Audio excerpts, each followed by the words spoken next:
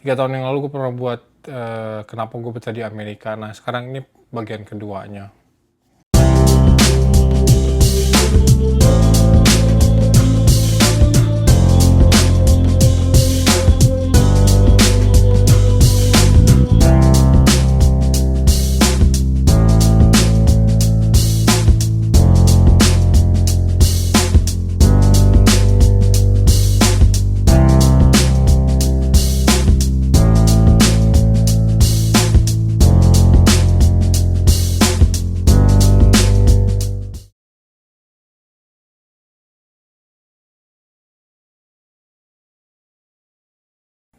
Di bagian pertama tuh gue perkenalan gitu, jadi baru datang terus ada ini ya, di sini bisa gini ya di sini.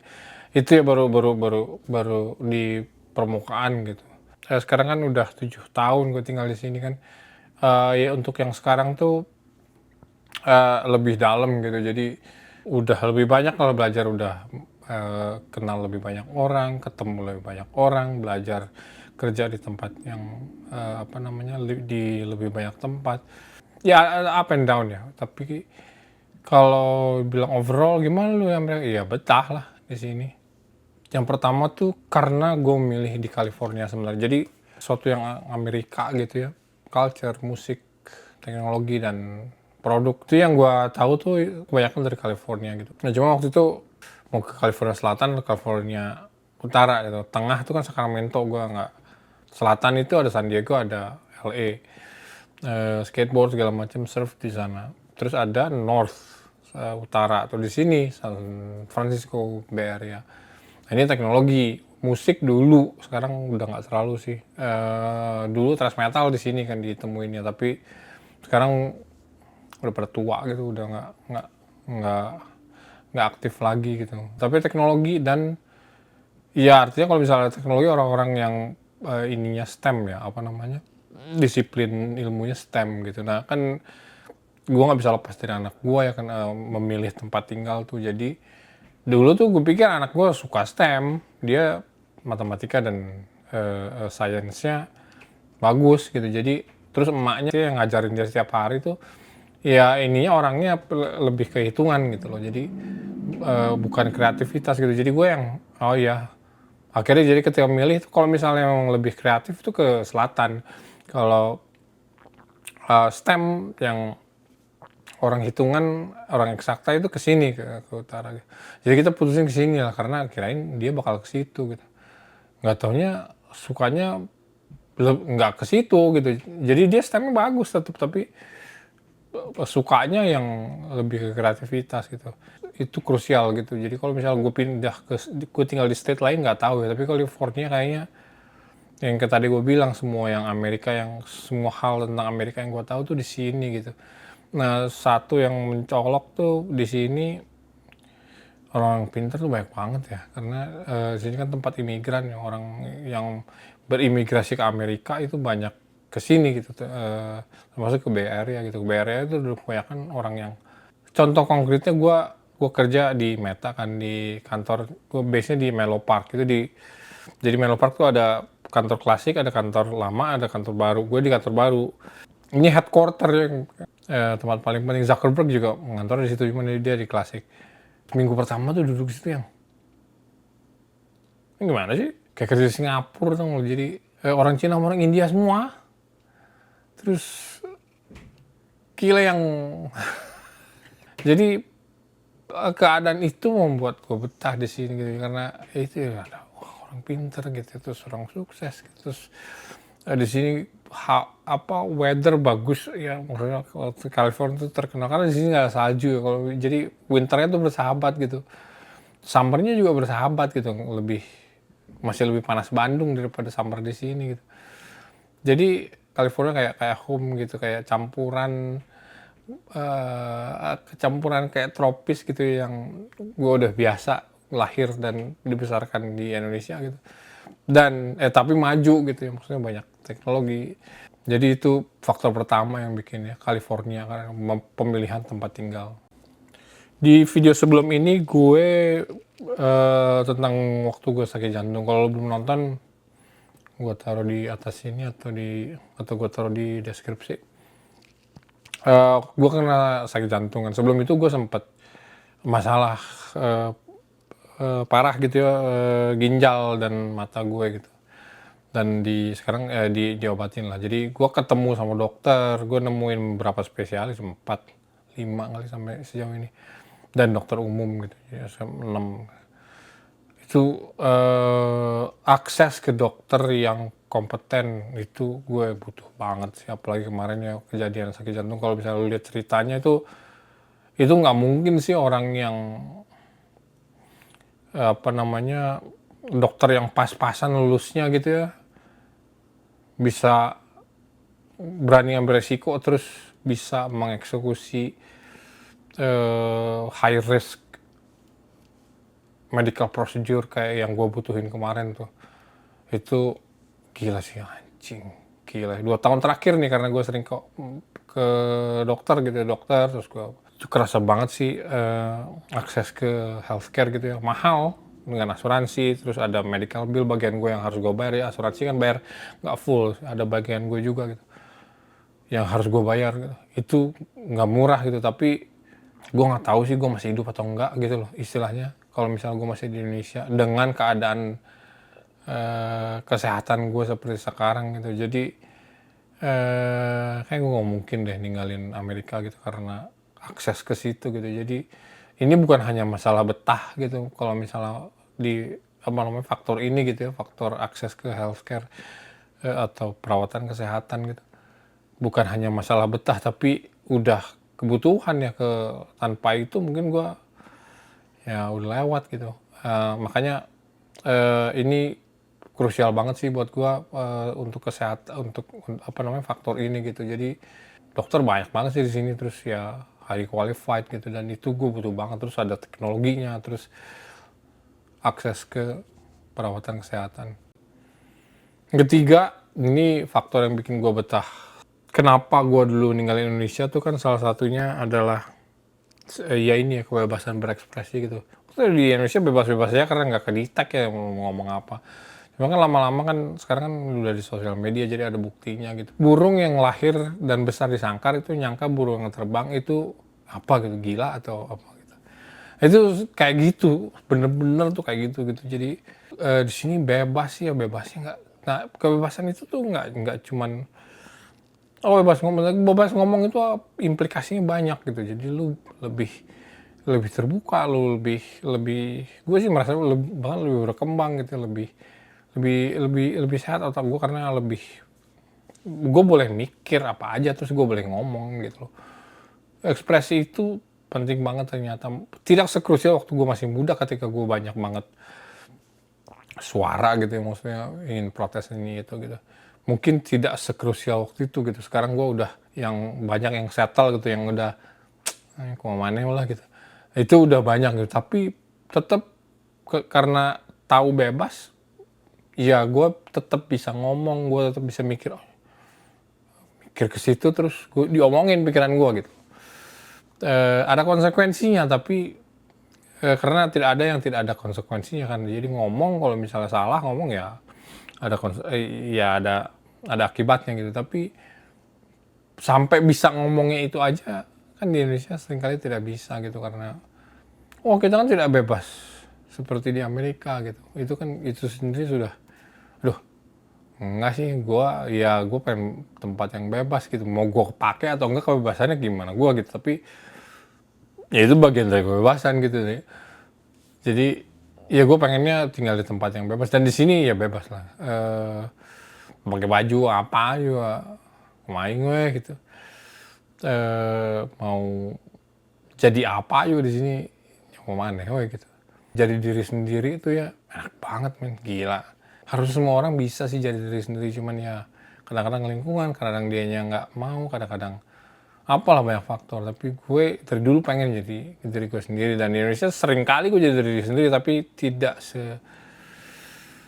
ekspresif sekarang gitu. Amerika bisa dapat kebebasan itu. Oke, ini faktor keempat.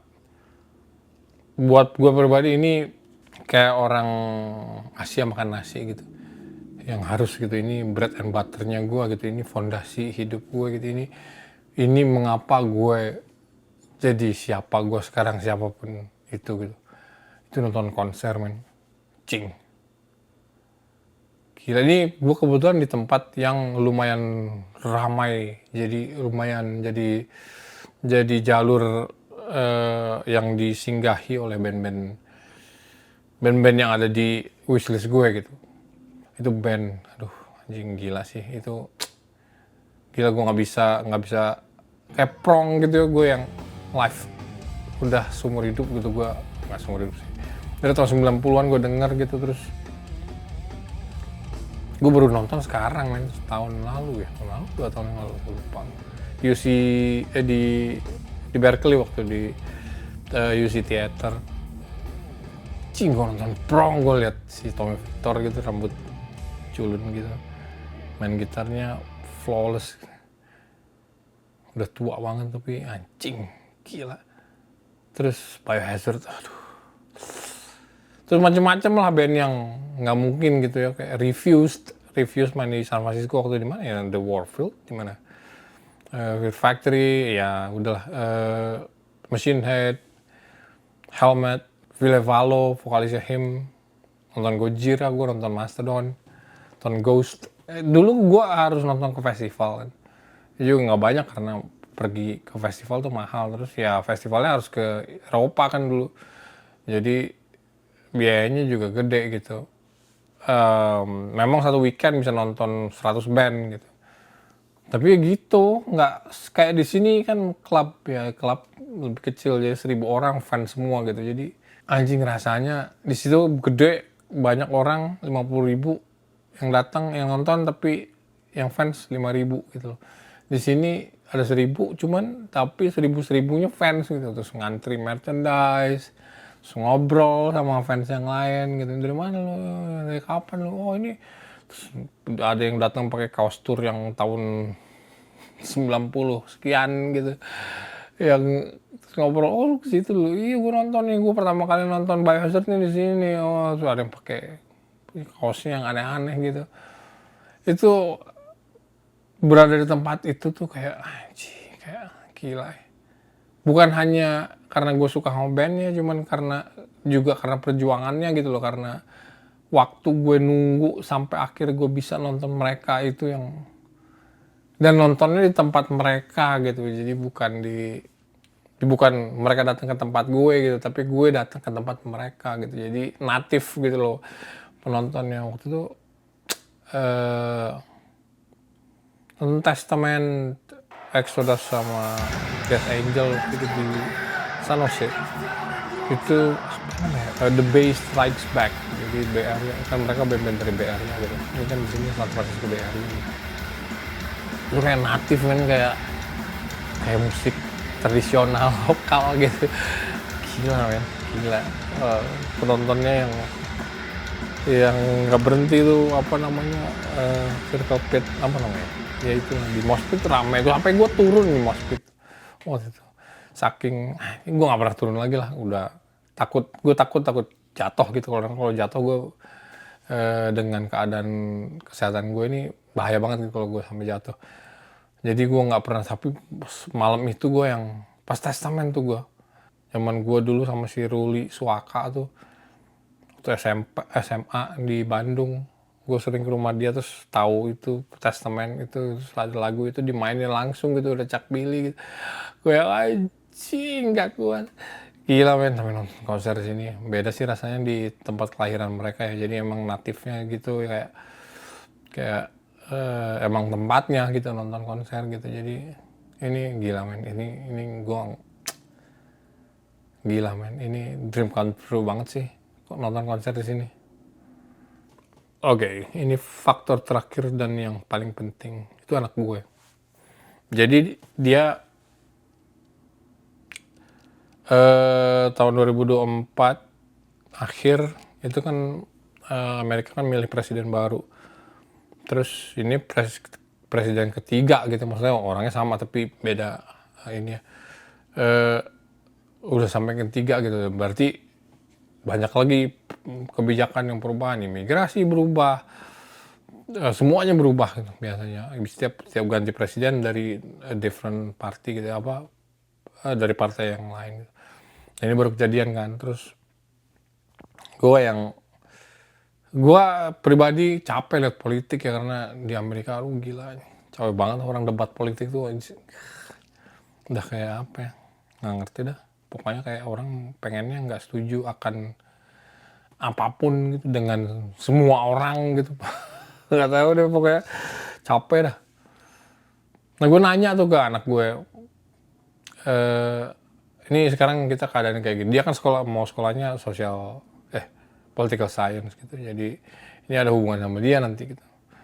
Terus gue nanya kan, ini kita ganti presiden lagi gitu di Amerika gitu. Terus what's next?